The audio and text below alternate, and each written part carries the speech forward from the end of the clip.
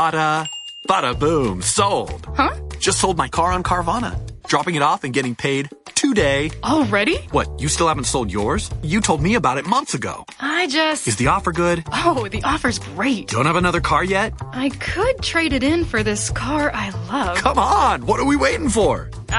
You're right. Let's go. Whether you're looking to sell your car right now or just whenever feels right, go to Carvana.com and sell your car the convenient way. Terms and conditions apply. Decisions.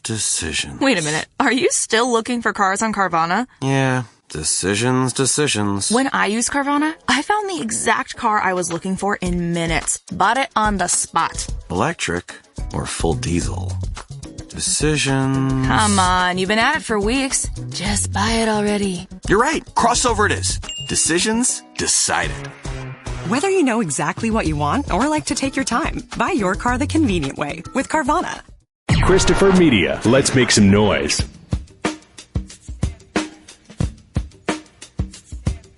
From Asthma Studios near Detroit, Michigan. Oh, man. It's the Weedsman Podcast. I have no idea what's going on. And now, you have smoked yourself retarded. Here are the Weedsmen. You want to get high?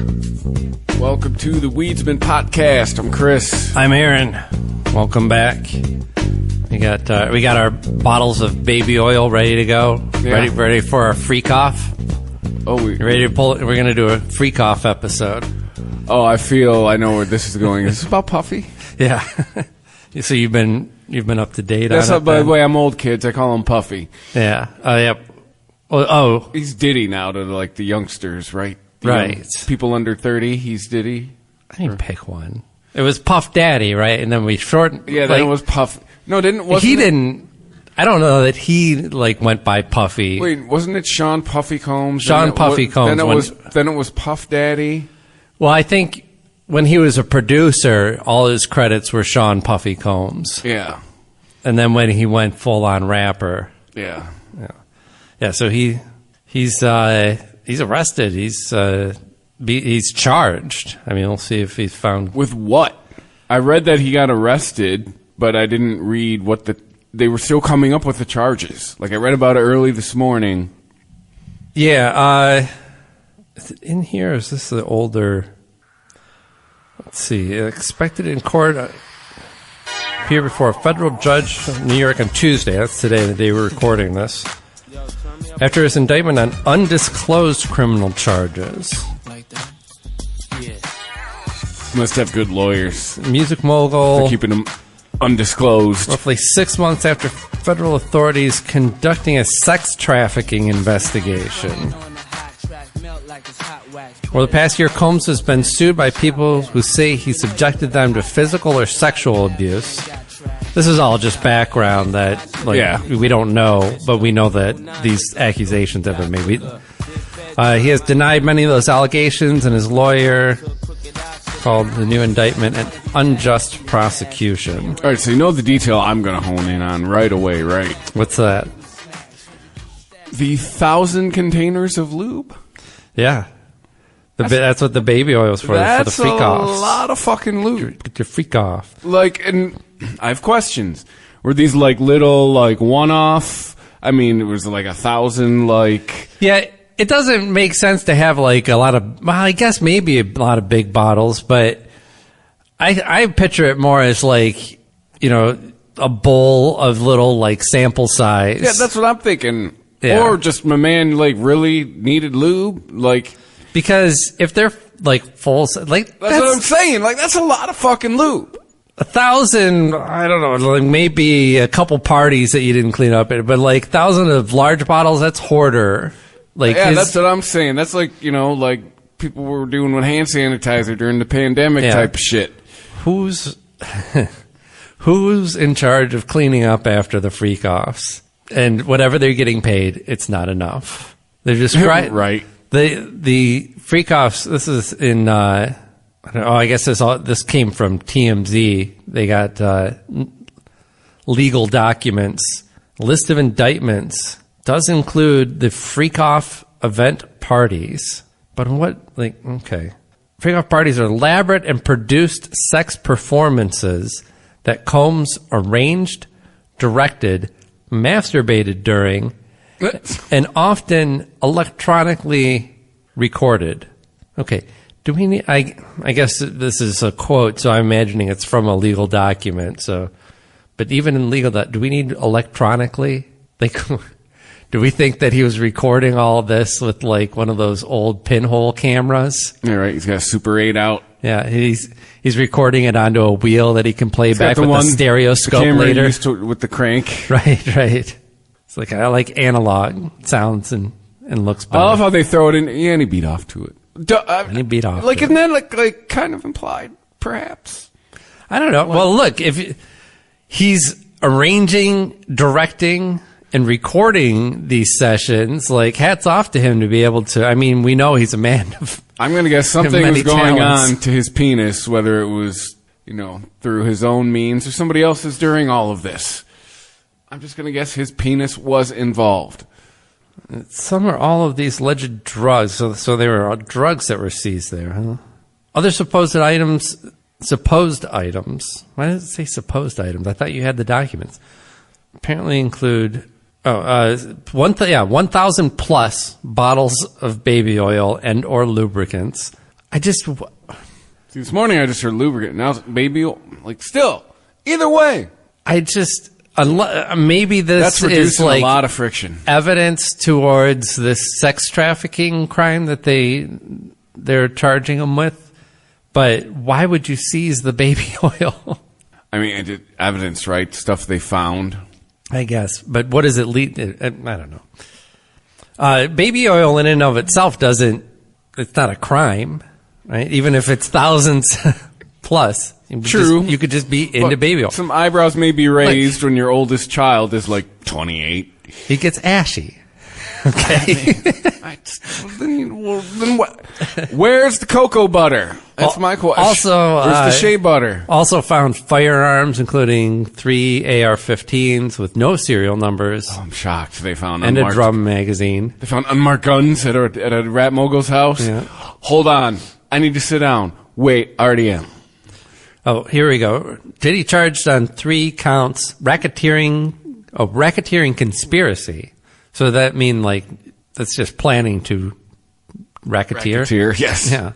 I didn't know I'm planning to racketeer. Okay.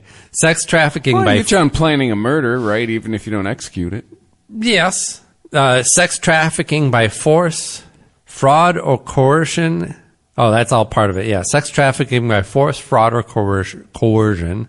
And transportation to engage in prostitution. All right. Well, I mean, who gives a fuck about prostitution? It should be legal anyway. I'm not a lawyer, but kind of maybe picking up the context of all the charges. Perhaps the prostitution was not voluntary. Well, that would be that would fall under sex trafficking by force, I would think. But who knows? They tend to use language to kind of pad these things to make it sound like they're doing, Well, right, like even if she didn't want to do it, but she still got paid, right? That's like another charge you can still add on. You know what I'm saying? No, that's true, right? Yeah, I guess that could be, yeah. Yeah, I don't know how you feel on it because, like, this could just be like rapper shit, like you said. I don't want to stereotype, but like nobody's surprised that you found AR-15s in his house. You found unmarked firearms at a rat mogul's house? Yeah. Whoa. The sex parties, I mean, none of that's illegal. The prostitution shouldn't be illegal. I guess this whole thing is about a lot of these ladies did all of this under duress. Yeah. Like they did not want to, but, yeah. and I'm not... We've all seen the Cassie video, right? No, I'm not trying to defend him on that or say that he's innocent. I'm just saying... did you see that video? He whooped her ass. Yes. Yeah. Yes. No, he's not a good guy, but is he R. Kelly? Or are they just going after him because he's successful? I don't know. Not for me to say either way, really, because I don't know. I'll never know. But it is curious. That's what you get for messing with the police, huh? Well, like Sting and Andy Summers. Yeah, exactly. Stuart Copeland. Yep. I didn't know about this one either. Did you hear Darius Rucker got arrested? Oh, yeah. That's like last year. He got caught with like weed and shit. Yeah, I don't know how I missed that one, but he just he pled no contest to the possession charge, which is another one. Wait, you caught a musician with some weed? Yeah. No, the problem is where he got caught. He got caught in North Carolina. Yeah. So it's going to be a little under a year probation, and as long as he keeps his nose clean, they'll just expunge it from his record. He got caught with like a blunt and a vape pen. He had and a bunch of pills that he said, "I don't know. My girlfriend gave me these. It's crazy." Yeah, dude, what the fuck? He found 14 purple pills. You fucking Eminem fan. And a THC pen and a marijuana blunt. So he had weed on him, like big fucking deal. You know what I'm going to say it. I bet you, with his age, I bet you they were fucking like dick pills. But he said Rucker claimed his girlfriend at the time had given him the pills and he didn't know what they were. He don't want it out there that Hootie's on ED medication. Like, what? You're a guy in your 50s. What? Right. Maybe, yeah. There's no shame in that. I don't know. But to throw your girlfriend under the bus on this shit? Yeah. That's shady, man. Well, obviously they weren't anything because he was only charged with like weed possession and she didn't get charged with anything. So they either weren't anything or they just went, you know much extra paperwork it is for us to test to see what this shit is? Yeah. You're famous. You're not going to jail anyway. I found it odd that what is this? Some Pennsylvania, Penn Live? Maybe it's a Pennsylvania paper. But their headline was country singer sentenced on drug possession charges. It's fucking Hootie. Like, what? But that's what he is now. He has had a career renaissance the last 15 years. Yeah. He has gone country. No, I know that he is, but it's just like you figured the headline would say Darius Rucker. Right. Have you been following the Jane's Addiction hubbub? Yeah. It blew up all over social media after the actual fight. So I'm sure you've come across it. Perry, it's time to go. It's time to do another stint. Yeah, it sounds like he might understand that. I guess he's apologized to I guess this whole tour he's been chugging a big bottle of wine every show. Yeah, it's funny. The day before that footage was released, the day before the concert, I was just scrolling through, I forget which social media platform, but somebody had posted that they wanted to go see Jane's Addiction, but all they're hearing is that like he's drunk. Perry Farrell's drunk throughout. His voice is blowing out. He's like acting like an asshole. And then, yeah, sure enough, the next day, did you watch the footage? Because I don't know. I've heard it. Yeah, there's not really much to hear because it just stops. Stop. Yeah. Should have hit him during stop. Right. Yeah. Yeah. Are they playing Mountain Song, I think? And that's a good groove. Yeah. Oh, that's one of the best. Fuck yeah. That whole album, Ritual.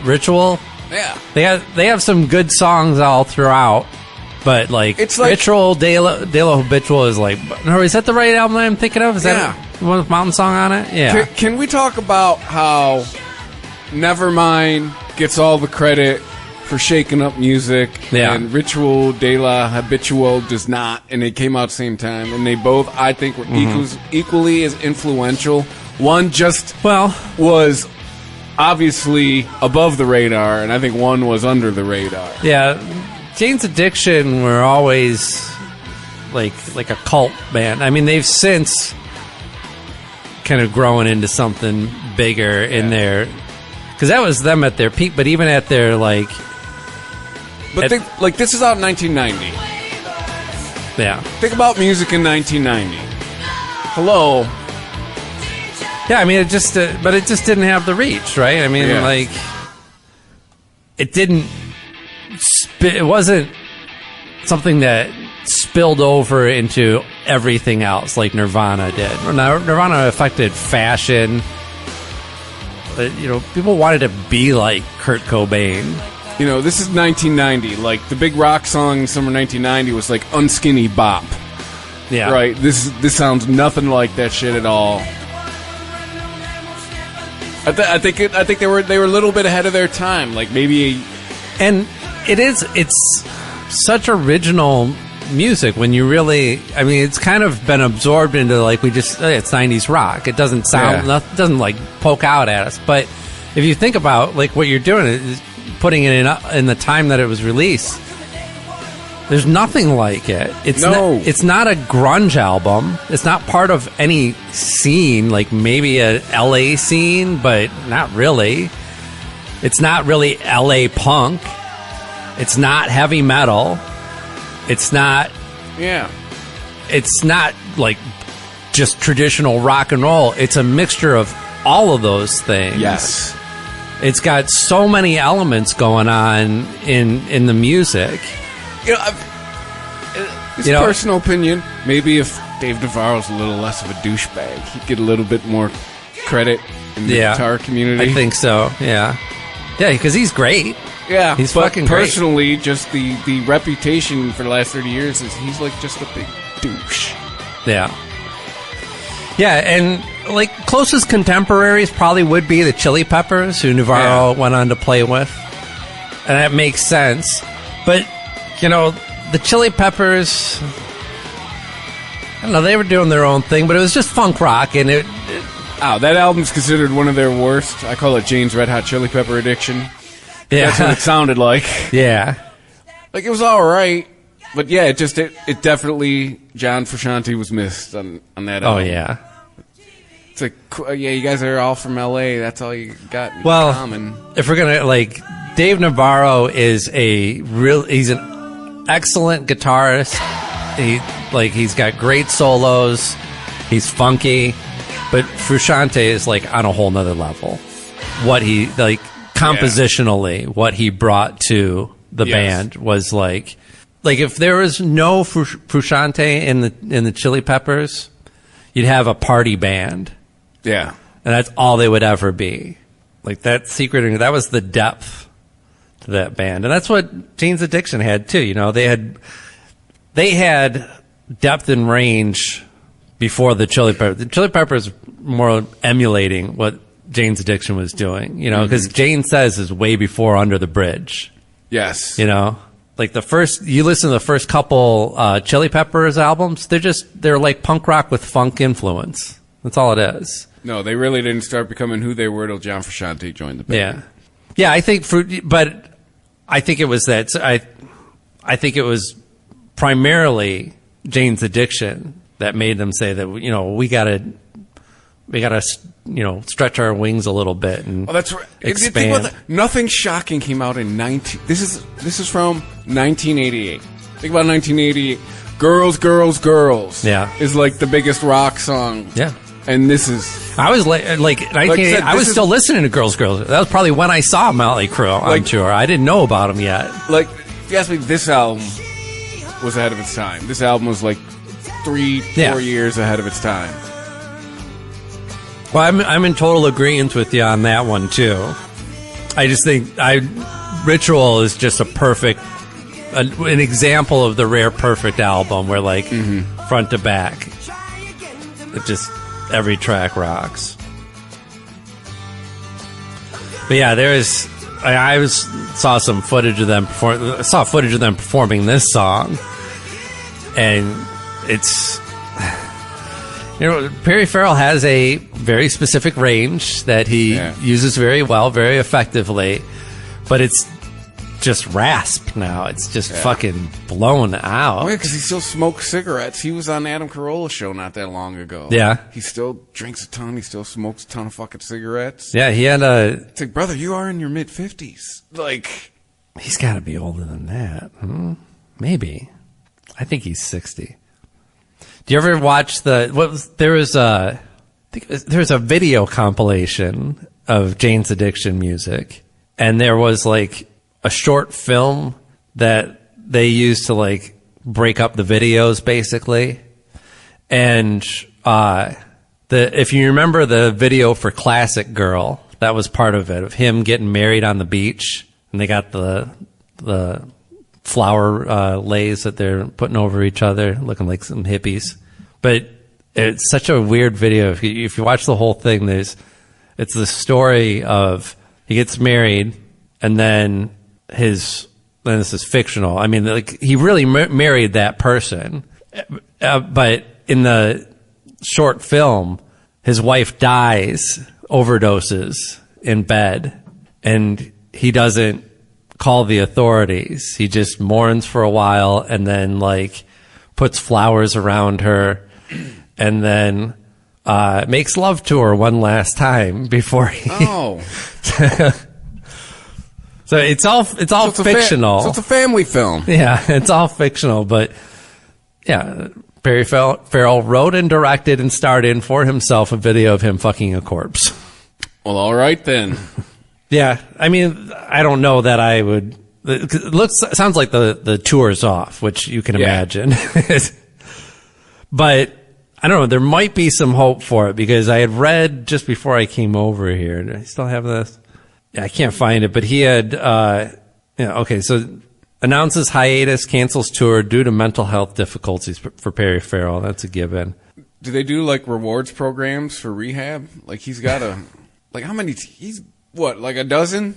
How many times is it like, I'm clean, I'm not, I'm clean, I'm not, I'm clean, I'm not? I mean, we're going on 30 years of on and off the wagon. I mean, I get it. You're always battling. Man. Yeah.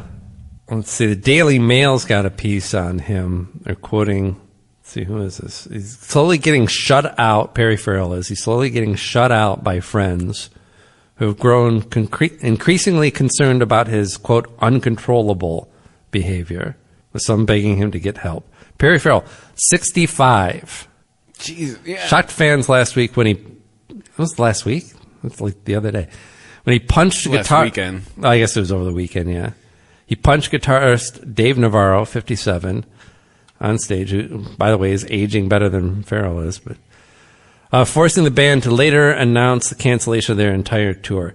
So I don't know, where was I reading this before, but I had read that he had actually, that Farrell is going into rehab and has apologized to Dave Navarro.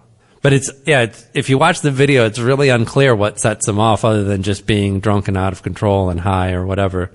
I mean, I get it. If you're like Navarro, and like you've been dealing with it for 30 years, you're like, dude, like... Get it together. It's unclear that there was even like that he was really like he kind of pushed him. He kind of gave him more of like a forearm push than he did like really because it's not like he like reached out and swung at him. The description I heard was like Navarro was just trying to be like, dude, fucking just back up. Yeah, like, he was trying to play still because he was in the middle of soloing and possibly it was a battle, like Farrell was still like, vocalizing as he does over the part, and Navarro was soloing, and maybe that's what set him off. From what I heard, the way I heard it described, Navarro probably ended up doing, dude, you're fucking drunk, get the fuck away from me. Yeah, that's all it was. Yeah. Like there was no, like, if there was something going on between them, Navarro was oblivious. He had his back turned to him and kind of turned around and was like, all of a sudden Farrell's like right there and he gives him a shove and then kind of takes a half-hearted swing at him, but doesn't connect anything. More just looks like he might be trying to knock the guitar out of his hand or something like that. Yeah. And then immediately a very seasoned, very underpaid, I'm used to this, roadie runs up on stage and grabs Farrell and is like, dude, stop. Dude, stop. Dude, stop. Yeah. He was like giving him the bro, seriously. Dude, maintain. Dude, yeah, that's what. Yeah, he was just trying to get his bro to maintain. Yeah. And, some interesting updates on the Smiths story, too, as long as we're getting all this music stuff out of the way. So there's been an official statement from Johnny Marr. It was 2 words. No, it wasn't. 2 fingers. Yeah. Up your Ronson, mate. Yeah. No, so I think what made them have, like, him and his people or whatever have to put out an official announcement was there was some confusion over the rights to the name the Smiths. That somehow it was overlooked at the time that nobody from the band actually owned the rights to the Smiths. And interestingly, it wasn't one of these situations where where Morrissey, snagged the rights to it or anything. He was actually quite passive. He wasn't completely passive on it. I think it sounded like he was trying to get the band to all have co-ownership of it. And maybe there was some miscommunication, and Johnny Marr and, more likely his team of whoever he has working for him, because he's a busy guy, took it upon themselves to secure the rights to the name The Smiths. So then it came out that he's the owner. So immediately there were rumors, and it was the first thing that popped into my head is ooh, get the old band back together and new singer. I'd go see that. I don't mind. I love Morrissey, but but to see that band play again. But is it the Smiths without Morrissey? Doesn't matter. I want to see those dudes play. I love Andy Rourke is just amazing. It's just a fucking great band. So I would go for that alone, and to see somebody else sing the songs, I'd be totally fine with that. But that's just that was just a rumor. I don't mean to compound on that. The statement from Johnny Marr's team was that he has no intention of touring without Morrissey or touring at all. Or he clarified that he did indeed respond to the request to do a reunion tour, and he declined it. It wasn't that he just let it lay. And also, I guess they've been approached constantly by Warner, who distributes their catalog, to do another greatest hits package. And Johnny Marr said flatly, there's enough of those. And I agree, there are. There's plenty of compilations. Pretty much everything you want by the Smiths is available. At this point, just make your own playlist. And there's your greatest hits. Right. You make your own greatest hits. So, they put out a 2-volume best of. And what's great, I think we talked about this before, but what's great about that is it's a lot of the stuff that never made it to album. Mm-hmm. So now all those singles, all the B-sides from them, it's all been mined. Maybe there's some stuff, but it's going to be like the Beatles catalog, where there's a new Beatles song, but it's not great, but it's a Beatles song. You're yeah, this is a song that there's a reason why it never saw the light of day. It's just not good. Yeah. So I can't imagine that there's anything still in the vaults that, we've heard of the Peel sessions, all the good live recordings. That's it. I think that it seems like that's how Johnny Marr feels too. He's let's move on. Man, if you like 90s rock, this is the show for you. Yeah. Yeah, and you don't want to end up a Jane's Addiction scenario. Right. Because there's another contentious guitarist-singer relationship. Yeah. Well, going back a little bit further than the 90s, Tito Jackson left us at 70 the other day. Oh, a punchline for how many years? Yeah. Why was he a punchline? I just think because Tito was. Because somebody's got to be. It's like Ringo. Tito is a funny name. Yeah, I think. I think he got Ringo'd. How many Titos? How many other famous Titos can you name and not the vodka? Go. Puente. Yeah. And then? That's it. Yeah. All I can think of is Tostitos. Right. All right, and everyone else is like, Tito's vodka. Like I said, not the vodka. Yeah, founding Jackson 5 member. Well, his brothers Jackie Jermaine, Randy, Marlon, and Michael. Oh, little Michael. Wait. There's 6 Jackson 5s? Well, yeah, remember, Marlon came in. Marlon was actually the youngest, wasn't Michael. Okay, so the original, he wasn't part of the OG lineup. Marlon came in later. Became a teen heartthrob in the 70s. I guess they all were. Michael Jackson was definitely, he was the cute one at the time, right? Yeah. So yeah, it makes sense. Tito would be kind of the stud of the group. Was he the oldest? I don't know. He was 70. Yeah. When they got older. This is the good shit. It's like right before Off the Wall. Yeah. So this would be like 76? It says 78. 78? When was Yeah. Off the Wall? I thought Off the Wall was 78. Must have been Off the Wall, I think it was like 79. Yeah, because I know it was 70, so it must have just been 79.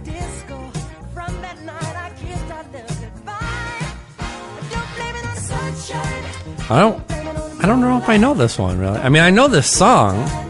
I've heard it.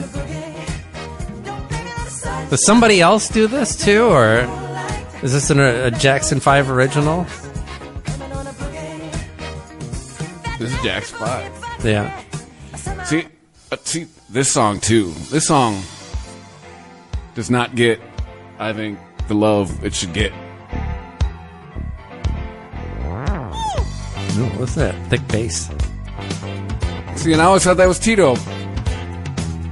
It might be. Yeah, a lot of the pictures I'm seeing is him on guitar. Oh yeah, I forgot about this song. Yeah. Oh, Jermaine Sounds like was the bass player. Jermaine was the bass player. Okay. I did not. So that's Jermaine. Well, that's a Moog. A Moog. I'm pretty sure. That's a Moog, possibly an ARP. Oh, this is from the same album as the one we were just listening to. Yeah. The Destiny album. I'm gonna have to give that one a listen. I don't think I've ever listened to it. Yeah, But this I was dig the it. last one, I think, before Michael went solo. So, yeah, I would have said that if you're just playing Drop shit the for five, me. they were just the Jacksons. Oh, right, that's right. I would have said that this was a solo Michael joint. Did he ever perform? Was this like a track that he would perform as a solo artist, or did he perform any of the Jackson 5 stuff? If you remember, they went on tour with him in, remember it was the Victory Tour or something? Oh, yeah, that's right. They all went on tour together. Didn't they have all like silver suits and shit? Yeah. They're all Captain EO'd out. Yeah. Yeah, like they put out one album in the 80s and it was terrible. Yeah. Michael was Well, still so- with them. Yeah, so he performed with the Jacksons as an adult, but I'm just curious if he ever, like, were there any Jackson 5 songs that would go into the live rotation or anything? I'm thinking no, because he had enough of his own, right?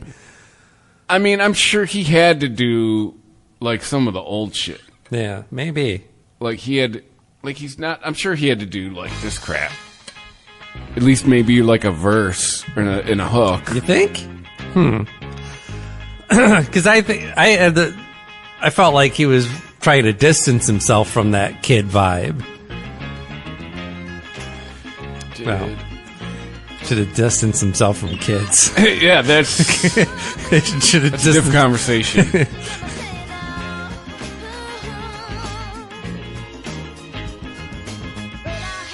There's more than a dozen albums, Jackson 5 albums. His last 2 or 3 tours, he did a Jackson 5 medley, Okay. according to That's cool. the Reddit. Yeah, he knew where his bread was buttered. He knew everyone was in that. Like, none of that happens without this, right? Yeah. This shit was so good. Yeah. What year is this then? Oh, this is... this is 69. I know this is like Say, late 60s. had to early have still been the 70s. 60s because they were still into the wide stereo panning. Yeah, you could it's still got the Motown sound too, Yeah. with the drums. Yeah. Like, these are still Motown recordings. These were made in Hitsville, you can tell. Yeah, but you got guitar on one side, you got It's tambourine on just the other. Hitsville, the drums, the room had a sound for drums. You can hear it. Yeah.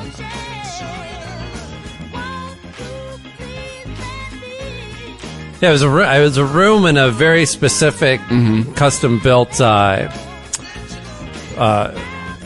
I guess it was a plate reverb. It was a huge. I remember seeing a picture of it. It's a huge, the size of this wall here, like I've lived in the 10 foot. Detroit area 42 22 of my 45 years, I've never been to Hitsville. Yeah? I've never been to the Motown Museum. I've never been inside. Yeah, I never have. I feel that is a gross oversight. Yeah. I think that they're doing some sort of, I don't think it's a broadcast. Maybe they're just doing a podcast that's recorded at Hitsville. Let's see, where's a good example of that room?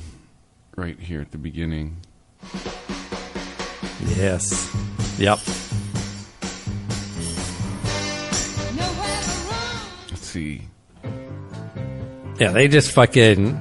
They probably put tape over the channels. It's just like, nobody touch the drum channel. Yeah. Just leave it. The kits on March. Oh, yeah, dude, yeah. Love that one. That snare sound is so dope.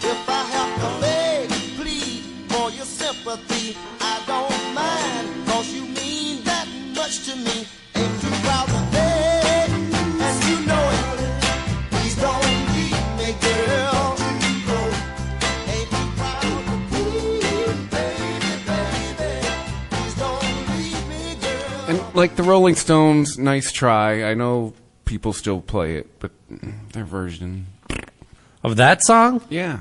You've never heard it? I'm sure I have. I can't. It's from the 70s. Ooh, do you know the piece of trivia about the snare in this song? No, but I love snare trivia. And I'm not saying that sarcastically. They are hitting a chain on a floor on 2 and 4. That's not a tambourine. Really? Yes. I was going to say, because it sounded like a tambourine mounted to the rim or something, nope, like they were doing rim hits. They are hitting a snow chain on a fucking floor. Really? Yep, a piece of chain. Yep, in that room. Dude. It's that room, man. Yeah, that. In that case, that is all room. Yes. Yeah. That's fascinating. Yep.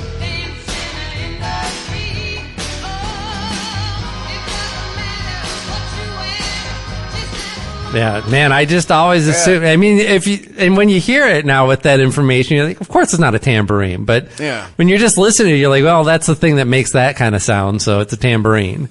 Yep. But it doesn't, like it. It doesn't.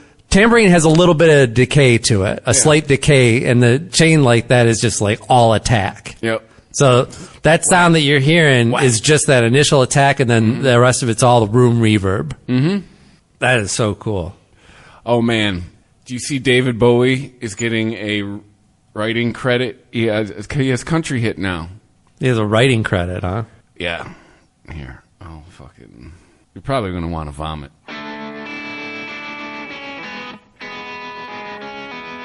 Dude. Oh, just wait. Just flip the switch to 45. You're playing it at the wrong speed. There we go. Ooh. He's got a Chevrolet. Oh. Yeah. Well, that's your garbage can's right here if you got to puke. He's got a pedigree. It's no good like, you know, I'm not like anti-sampling, obviously, but this isn't even that. Like, it's just that's how Whitey does it. This should not be allowed. I mean, David, they at least acknowledge it, and he's getting the writing credit. I get it, dude. Somebody had posted. What was there was a 90's. I can't take it anymore. Yeah, that's just wretched. What song samples Black Cow, the opening track on Asia, the Steely Dan's Asia? I mean, there's only one that I know, and it was from like the late 80s. Time to go to who sampled. I'm just curious because some dude had posted a video that he made about it and how like this one. I think there was a really that Steely Dan's Black Cow was sampled for a 90's song. Yeah. Yeah, this must have been. Who is it? Lord Tariq and Peter Guns. This is from like 1998. Yes, this is a song he was talking about. And so they went to, according to this dude, the artists went to Steely Dan to get clearance. And Steely Dan said, yeah, that's fine, but we get 100% of the publishing on it if you want to use our sample. But the guy that was doing the video kept referring to the song as Black Crow. So he might be might not have done his research. I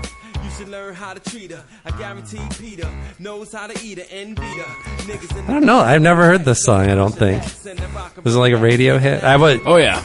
I was not really listening to rap at that time. It was a smart move for Steely Dan to take all the publishing, because, for like a whole summer, this shit was on the radio every 20 fucking minutes. It's a great loop. Somebody had to do it. Yeah.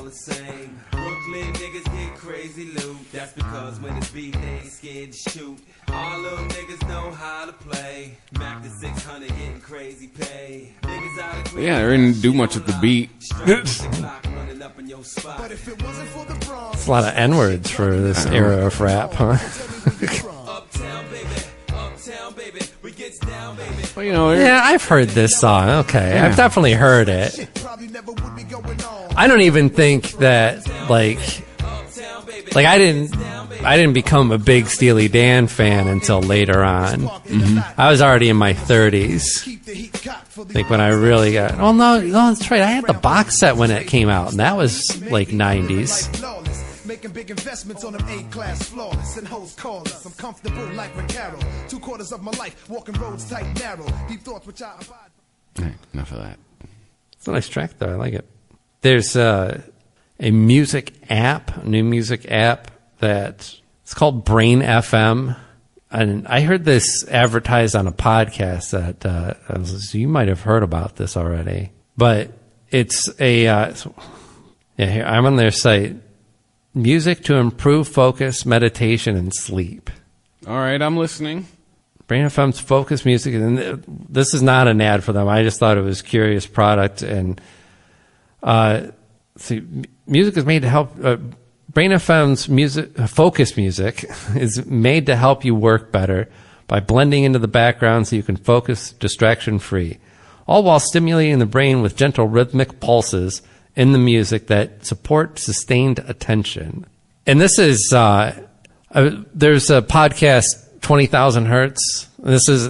I didn't hear the advertisement on their podcast, but they actually did a story about lo-fi music. Mm-hmm. And it was about one specific channel, Lo-Fi Girl. Oh, yeah, I'm familiar. Yeah. I guess there's a bit of a history with she used to do the same thing every day, and then one day she disappeared and came back, and then there was Lo-Fi Boy, and there's a whole kind of story. Yeah. But young people are, I've learned in the last 10 years, young people are dumb. The things that they get excited about. Yeah, I mean, we were just as dumb. We got excited about different dumb shit. Yeah. But yeah, I remember reading about the whole thing. Ooh, Lo-Fi Boy. Now it's Lo-Fi Boy. I'm like, what the fuck? Just make music. I'm just trying to listen to some music. Yeah. Well, so they actually have done studies with this, and so a lot of people who are into lo-fi music and listen to the Lo-Fi Girl and Lo-Fi Boy channels are, I guess, neurodivergent, we'll just say, or on the spectrum, autistic-y, or whatever you want to say. There's actually been a lot of research on this and how, these lo-fi beats help people concentrate who have adult ADHD.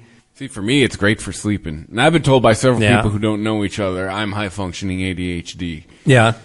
I don't know. I think it's one of those, we're all on the spectrum a little bit. Yeah. It's just a question of degree. I don't know. I just find it immensely interesting. I mean, as a musician, as somebody who, enjoys music, enjoys a lot of different types of music, and does listen to music. I mean, I have, when I read, when I'm doing it, when I'm not listening to a podcast, I'm listening to music. And so, yeah, there are a lot of times when it is in the background. I don't do as much active listening as I would like to. So I was thinking, for me, if music could be on in the background, I put on instrumental music. Yeah. Because if it's too interesting, it's distracting, right? Well, just, yeah, if I want it on in the background, I want something that literally, like, it's just going to go through me. Mm-hmm. You know, like... Yeah, I get that. Like, I want it to be interesting to a certain level. You know, I've tried the lo-fi stuff, and it just annoys me. It really does the exact opposite. Well, no, some of it is bad. Like, trust me, when you're trying to sleep and a beat isn't synced up, you're like, oh my God, and yeah. Put on the next song. And they're trying to go a little too Wu-Tang on it, and like, yeah. Like, sorry, I'm a musician. I can tell too syncopated. Your tracks are not synced up. This is now doing the opposite of making me go to sleep. You're now making me anxious. Yeah. Yeah, I don't know. Yeah, I can't listen to any kind of music to go to sleep to, or anything for that matter. I used to, I think probably until I got like married in my late 20s. That was when I stopped listening to music when I went to sleep. And since then, I've just never been able to. Anything that engages my brain on any level, I'm not going to be able to fall asleep to. I can't listen to podcasts. I can't watch TV. I can't, like, maybe I could fall asleep to an episode of Futurama. For me, when it's TV, it's something I've seen a million times. Yeah. Again, we're back to going right through me. Yeah. That would be the only thing. But I don't know. Thankfully, I've never had a problem getting to sleep. But I don't know. There's part of me that's interested in this, about the science of it. But there's also a part of me that's kind of sad about it. Like, we don't just have good, like, you can't just listen to a Yo La Tango album. Like, you can't just put on Boards of Canada. Like, there's good music that... I do enjoy the Boards of Canada. Sure. But for me, that's awake music. That is, doing stuff around the house music. That's like weekend afternoon music to me. Yeah. Well, I also think about how, near impossible it is for artists these days to get paid off of their music. And how much of music listening is passive. How many people are like spending any amount of the hours of the day sitting down, putting on an album and sitting there listening to it? You're always doing something else, No, it's always mixing it up. Right. And maybe if an artist that you're super into releases a new album, you're like, oh, I want to sit down and listen to this. But even that, most of the time, it's... Oh, I did that with the new Eminem album. I listened to that. Yeah. And I realized I'm getting fucking old. But it just makes me realize, how much of the little bit of income coming in from streaming or whatever that's going to these artists, how much of that is just passive listening. A person just has a playlist or just a library that they put on shuffle as they're driving around or doing housework. And now it's going to be more and more like the lo-fi channels, these apps like Brain FM. What I find is that are going to be replacing that. So that's what I find is ironic is Spotify and things like YouTube Music are slowly getting us back onto radio stations. Yeah, just without the DJ. Right. Like they're slowly. Like my one buddy, he's a Spotify guy. Every morning he just hits his morning mix, and it's a mix of a whole bunch of shit he likes to listen to. Mm-hmm. There's like a news broadcast that pops in every once in a while. That's interesting. YouTube Music just has all kinds of mixes. It's like, here's your super mix. It's like a mix of everything you like to mix, and then there's 7 different mixes of here's the kind of music you like to. Basically, here's the genres you like to listen to, but in different mixes. Then now you can create your own radio and I find it ironic. Right, but the writers and publishers of those songs still get their hay penny. And I told you, I realized too, if you pick the new music mix, it's just like a top 40 radio station. Everything comes up every 3 or 4 songs. Mm-hmm. Right. Yeah, I'm not bringing it up as it's good or bad or we shouldn't be doing this. It's just, it is what it is. People are going to gravitate to the music that connects with them in whatever way it results in positivity in their life. And it's great because the increasing amount of diagnoses of all kinds of neurodivergence, everybody's got something going on. And it's not getting any better. And whether it's something in our technology or our society, if it's just something that we've evolved into, whatever it is, the more things that we can manage our brain chemistry with without actually introducing new chemistry into it, I'm all for. Yeah, if a fucking YouTube channel can chill you out instead of a pill, that's a fucking big win. Yeah. So I'm all for it on that. I still can't help feeling a little sad that it's like, so elevator music is the answer, you know? Right. That's how it makes me feel in my gut. So whatever. Do with that whatever you will. But it's interesting. Also makes me think maybe I should be making music like this. Right. Get paid. Yeah. Yeah. Think of a couple, 3 dozen nonsense song titles and artist titles and release it under all kinds of different names and shit. Yeah, all you need is like some slow piano loops, some synthesizer drones. Yeah. Yeah, I think a beat honestly, that's in like the 60s somewhere. And I'm not trying to sound pretentious when I say this, but I don't think that I could make music like that ultimately. I would bore myself, right? And I would end up adding too much to it that would make it counter to what the intention that's is. Why I use it for sleeping, because I was not for sleeping, and I'm like yawn, this shit is boring. I can see why I use it for sleeping. Yeah. Yeah, but this last FM, it's not, what's Last FM? Brain FM. Yes. What is Last FM? Is that like a podcast channel or something? No, it's a website. Why do I know it? It's stuck in my head for some reason. So Brain FM, they're going a little, this isn't just a bunch of lo-fi music. They're actually going into the science of it. They're analyzing certain frequencies. Oh, yeah, here. Your brainwave operates at different speeds that scientists generally break down into 4 categories that are associated with different mental states. The delta, or 0.5 to 4 hertz, then theta, alpha, and beta phase. Beta goes from between 12 to 30 hertz. So delta is deep sleep, and then it goes up from there. Light sleep, relaxed wakefulness, or active thinking. And yeah, so they're actually creating music that has those, I don't know, like everything that we're talking about except for beta is actually completely below our range of hearing. 30 hertz is the highest in the beta phase. So everything so it's not like you can sync with it. So maybe it's like sympathetic frequencies. You know, if you're trying to go for like a 4 hertz, that's a pretty low note musically. 4 hertz would be, you would feel it, you wouldn't hear it. It would be, the ground would be rumbling. Oh, we're getting into brown note territory? It's like brown note territory. Because 20 hertz is like the limit of what we could actually hear bass-wise and still make out as a note. And not just be brrr. So yeah, I don't know how you do that. But yeah, maybe it's like, multiplications of that to resonant frequencies or sympathetic frequencies or something, whatever. Brain FM is not binaural beats, which I don't know if you're familiar with that. Have you ever tried binaural beats, where it's just a tone pattern, but it's different in the left and right channel, and it's meant to be listened with headphones on? I've heard of it. Yeah, it's kind of maddening to listen to, actually. But this is not binaural beats.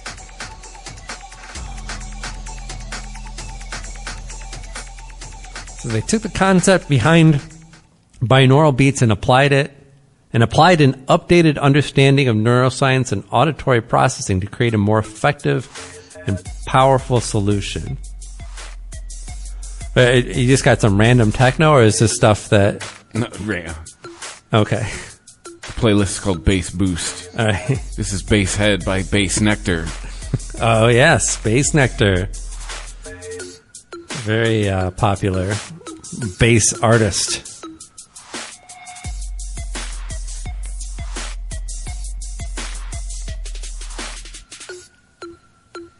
Where's the bass? It's called Bass Head.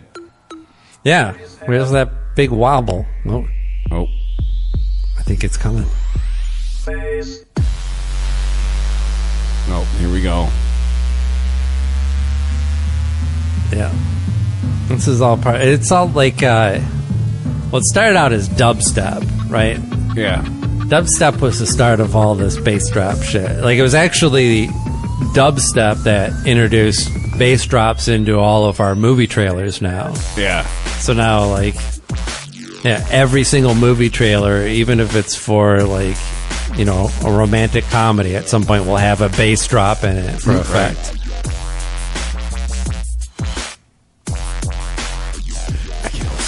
I can't either. It's just the worst bass filters that you've ever fucking heard.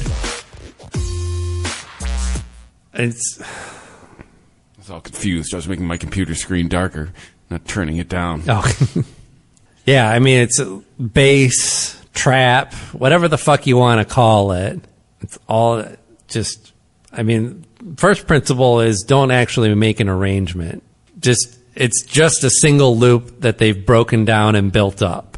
There's no real change going on there. The only dynamics are how loud or quiet the bass is. And all you have to do is, like, find the perfect snare and the shittiest Casio sound bass filter.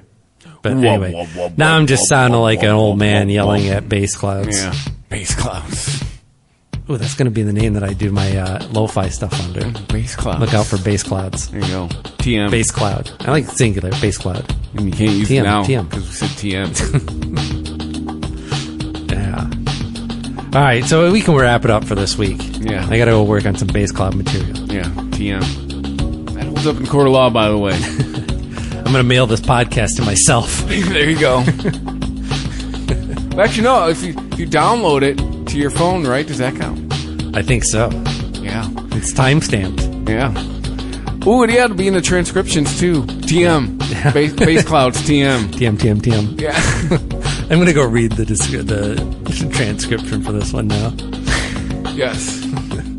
At the Weezer 420 on your social media, ChristopherMedia.net. You can find all of the shows, all of them. Every single one of them is there. And there's a PayPal button, too, if you want to help us out. And wherever you can listen to the show, if you have the ability to rate and review us, please do it. It helps other people find the show. Please, and thank you. And stay high. Stay high.